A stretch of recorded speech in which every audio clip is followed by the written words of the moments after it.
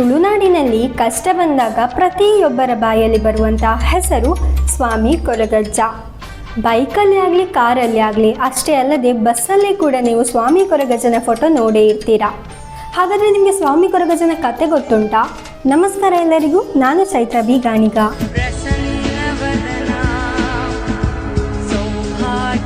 ಕೊರಗದನಿಯ ಚಿಕ್ಕವರಿದ್ದಾಗಲೇ ತಮ್ಮ ತಂದೆ ತಾಯಿಯನ್ನು ಕಳೆದುಕೊಳ್ತಾರೆ. ಆಗ ಭೈರಕ್ಯ ಎಂಬ ತಾಯಿ ಕೊರಗದನಿಯನನ್ನು ತಮ್ಮ ಸ್ವಂತ ಮಗನಂತೆ ಸಾಕ್ತಾರೆ. ಒಂದು ದಿನ ಆ ಊರಿನಲ್ಲಿ ಹೊರಕಾಣಿಕೆಯನ್ನು ದೇವಸ್ಥಾನಕ್ಕೆ ತಲುಪಿಸಬೇಕಾಗಿರ್ತದೆ. ಆದರೆ ಆ ಹೊರಕಾಣಿಕೆ ಹಾಗೂ ಪೂಜಾ ಸಾಮಗ್ರಿಗಳನ್ನೆತ್ತಲು 7 ಜನರ ಅಗತ್ಯವಿರ್ತದೆ. ಕೊರಗದನಿಯ ಮುಂದೆ ಬಂದು ತಮ್ಮ ತಾಯಿ ಹತ್ರ ಹೇಳ್ತಾರೆ, ಈ ಎಲ್ಲ ಪೂಜಾ ಸಾಮಗ್ರಿಗಳನ್ನು, ಈ ಹೊರಕಾಣಿಕೆಯನ್ನು ನಾನು ಎತ್ತುತ್ತೇನೆ, ಆದರೆ ಅದರ ಬದಲು ನನಗೆ 7 ಜನರಿಗೆ ಕೊಡುವಂತಹ ಆಹಾರವನ್ನು ನನಗೊಬ್ಬನಿಗೆ ಕೊಡಬೇಕು ಅಂತ ತಾಯಿಯ ಮುಂದೆ ಷರತ್ತನ್ನಿಡ್ತಾರೆ. ಅದಕ್ಕೆ ತಾಯಿಯೂ ಕೂಡ ಒಪ್ತಾರೆ.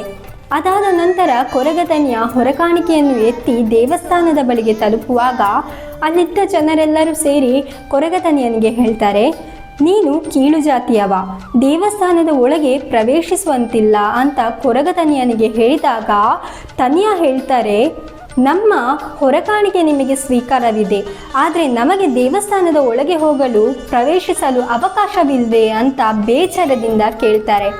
ಬೇಜಾರಾಗಿ ದೇವಸ್ಥಾನದ ಬಳಿ ಕುಳಿತಿರುವಾಗ ಕೊರಗದನಿಯನಿಗೆ ತಮ್ಮ ತಾಯಿಯ ಮಾತು ನೆನಪಾಗ್ತದೆ. ಉಪ್ಪಿನಕಾಯಿ ಹಾಕಲು ಕಾಯಿ ಬೇಕು ಎಂಬಂತಹ ಮಾತು. ಆಗ ಕೊರಗದನಿಯ ಅಲ್ಲಿಯೇ ಪಕ್ಕದಲ್ಲಿದ್ದಂತಹ ಮರವನ್ನು ನೋಡಿ ಆ ಮರದಲ್ಲಿರುವ ಕಾಯನ್ನು ಕೊಯ್ಯಲು ಮರದ ಮೇಲೊಂದು ಕಾಲಿಟ್ಟು ಇನ್ನೊಂದು ಕಾಲನ್ನು ದೇವಸ್ಥಾನದ ಕಂಬದ ಮೇಲೆ ಇಡುವಾಗ ಕೊರಗದನಿಯ ಮಾಯ ಆಗ್ತಾರೆ. ಆ ಶಕ್ತಿಯೇ ಇಂದು ನಾವು ಪೂಜಿಸುವ ಸ್ವಾಮಿ ಕೊರಗಜ್ಜ. ಕಷ್ಟ ಬಂದಾಗ ಭಕ್ತಿಯಿಂದ ಸ್ವಾಮಿ ಕೊರಗಜ್ಜ ಅಂತ ಹೆಸರು ಹೇಳಿದರೆ ಸಾಕು, ಆ ಕಷ್ಟ ದೂರವಾಗ್ತದೆ. ನೀವು ಕೂಡ ಸ್ವಾಮಿ ಕೊರಗಜ್ಜನ ಭಕ್ತರ? ಹಾಗಿದ್ರೆ ಸ್ವಾಮಿ ಕೊರಗಜ್ಜ ಅಂತ ಕಮೆಂಟ್ ಮಾಡಿ.